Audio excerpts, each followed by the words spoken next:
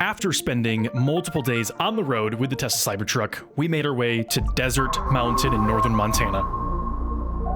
We are here not for the technicals, but for the adventure. So I hope you'll join me as we summit Desert Mountain and take on the Hungry Horse Reservoir.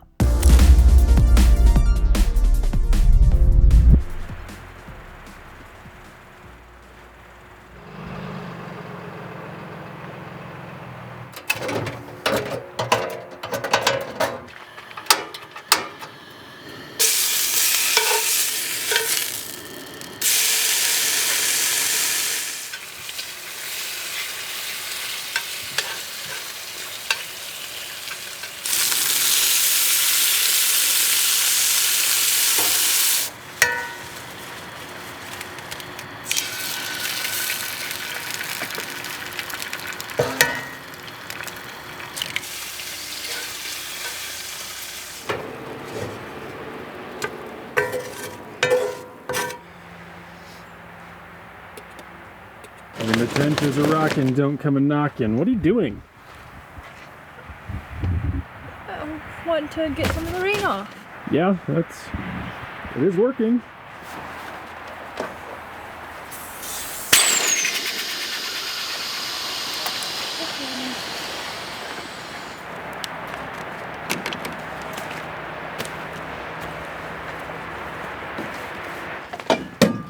Oops.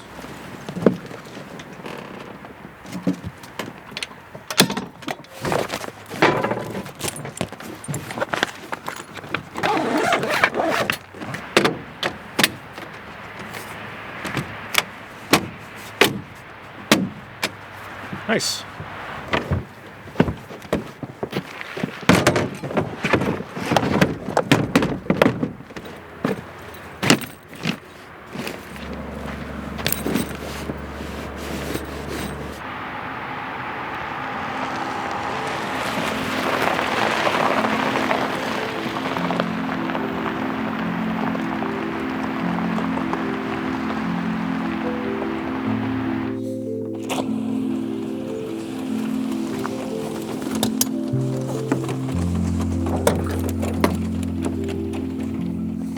Good morning. We are here near Kalispell, Montana with the Tesla Cybertruck. This is the Glacier National Forest, or experimental forest, I suppose. Today we'll be taking on Desert Mountain, and at least from the entrance, what I've gathered is that this road is kind of a semi-maintained dirt road up a mountain. So whether you call this overlanding or not, we're here for an adventure today. There's a bunch of cool views at the top of the mountain if the smoke and fog can clear. So I think we're gonna spend a few minutes airing down these tires and then we'll be good to go. Let's see what the sign says. No overnight camping, that's fine. No campfires, yeah, that's fine. No shooting, sure. Firewood cutting, sure. Discharging a firearm, sure. All right, very cool. I guess there's a research station at the top of this mountain. I think for today, we're just gonna air down to 30 or so, down from 50. I don't think we need to do anything crazy on this road, and we might have to be taking some paved roads out of here to the next spot that I wanna get to, so not too much today.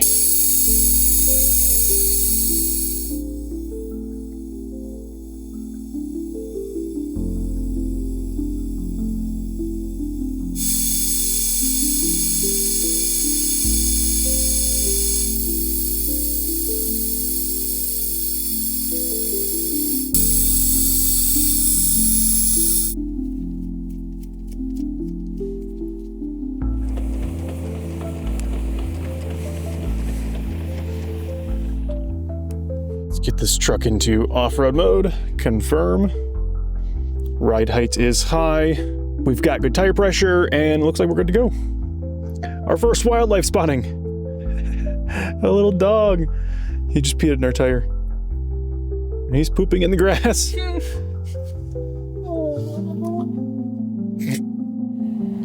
Bye, buddy. All right, let's hit the trail for real now. He's peeing again. Okay, we're actually to hit the trail now.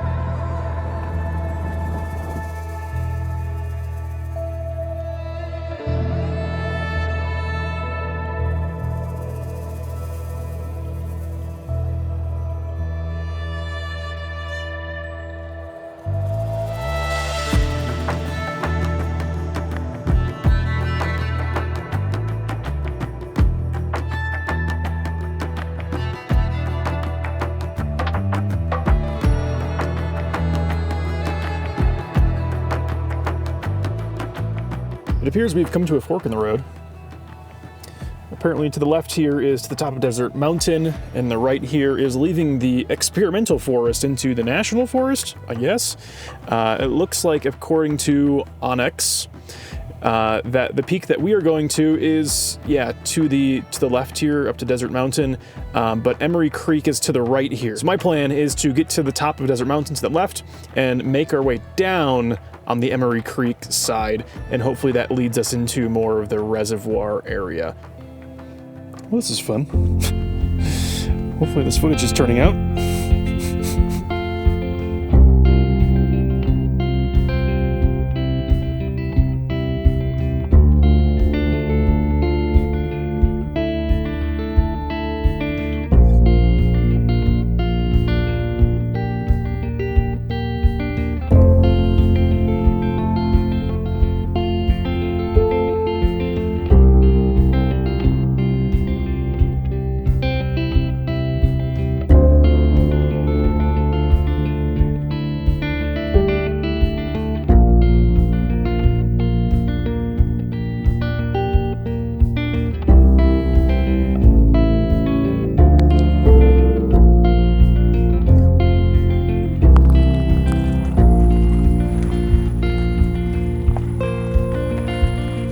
So this trail has mostly turned into just this slate rock everywhere. You can kind of see it in the edge there. This is probably from the whatever machine that plows the road or grates the road, but it's just all in here. So we're taking this section real slow, and then it's just trees and rock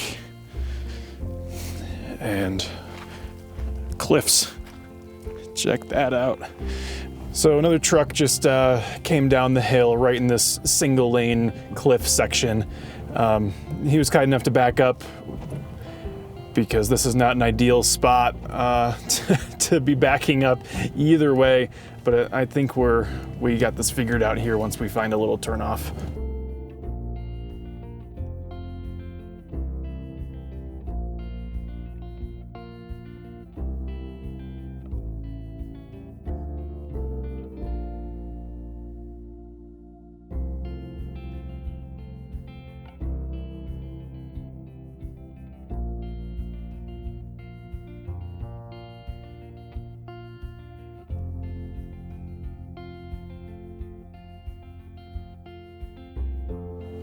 We just came across this metal pole in the middle of nowhere. Don't know what it's for. There's no other side. It's not a gate or anything, but it is riddled with bullet holes. Somebody has been having fun. According to Onyx, there are actually two peaks up here. One is the Desert Mountain Peak, and the other one is Belton Point. Looks like there might be a gate to one or the other.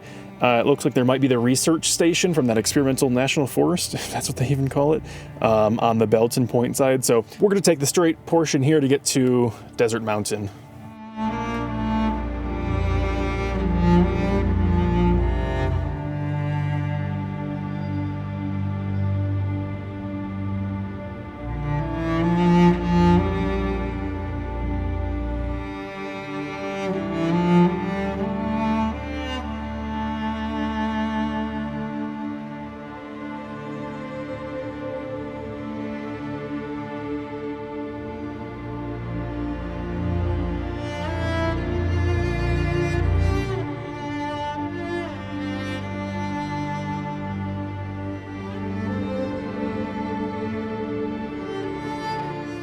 Alrighty, and just like that, we've made it to the top of Desert Mountain, and guess what is here? A huge antenna array, but it's so foggy that you can't really see anything off the top here. So yeah, I am curious what you would see, because we saw this peak and these antennas from quite a ways away, almost to the entrance of Glacier National Park, and also looking out over the valley near Kalispell. So while it's kind of disappointing there's no view, it is still a gorgeous day. In my book, it is not too bad out here. It is a little chilly. No crazy winds. There's no snow, even though there's a winter weather advisory. But I suppose, yeah, this is interesting. I don't know if we're gonna stick around and cook a lunch, But we made it. So far, it looks like we've been on the road for about an hour and 10 minutes, about 9 miles from that entrance where this video started. And we're currently at an elevation of 6,400 feet. Very cool. I think we're probably going to continue on and see what's at this other peak, this other destination here. Looks like there's a turnaround and also a non-motorized trail that goes down quite a ways there. So, interesting. All right, if you go past the cell tower, you come to this area, which is apparently a paragliding and hang gliding launch. I wanted to walk this before I drove up here. It looks a little rocky and it's on the edge of this little cliff here. So let's see what's up here. What's up here is an epic bonfire spot. Someone built this out of rocks. What a place, man. And there's a little road that keeps on going down there. I think I'm good. But wow, this is wild. It just descends into nothing, into the fog.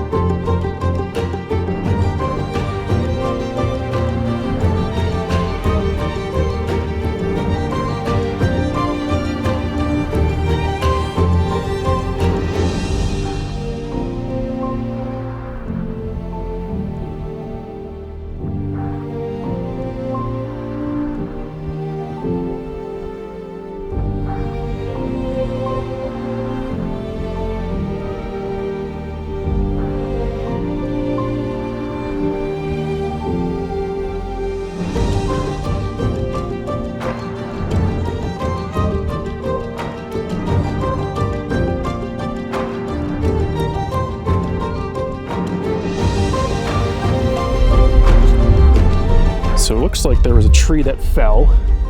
Don't know where from, but somebody cut it all up and took a bunch of it. They spent so long. Look at all this sawdust here. Wow. And look at these pieces here. This is gorgeous. And so of all of this stuff here, they took all of the bark off and took the rest of the wood. But then, look at the view they had. That is wild. Wait a minute. There's a huge stump down there. Did this tree fall towards the road and they cut it up? Somebody took a chainsaw down there, cut the tree towards the road, and dragged up all of the wood. Is that legal? What? How is that? I mean, it smells pretty new too. Like it's got a very rich scent to it.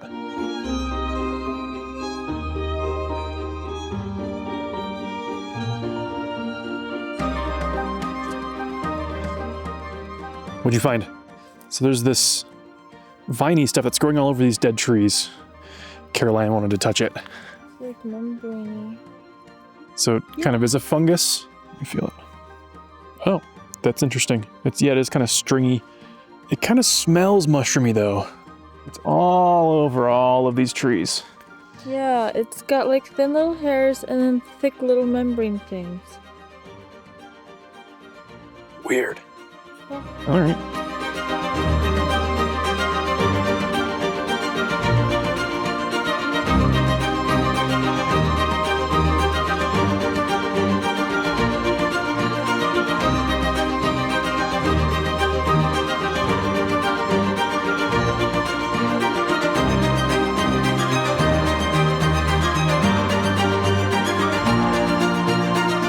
So one of the things that happens when you're just kind of out here bumming around is these little barriers.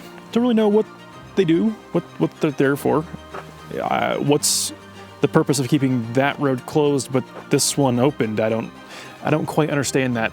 And then this was once a road also. It looks like if you had some kind of crazy ATV, you might be able to make it through maybe 10 years ago. Someone's been playing in the mud also. So yeah, barrier here, we're gonna turn around.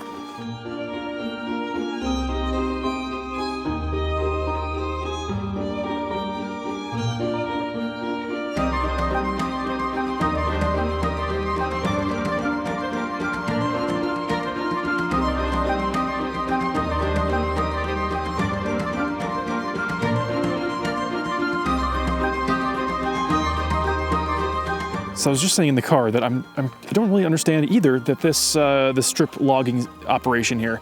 There's still a lot of dead branches and trees, so it's not for commercial use necessarily. And then we drove past the greatest bonfire of all time.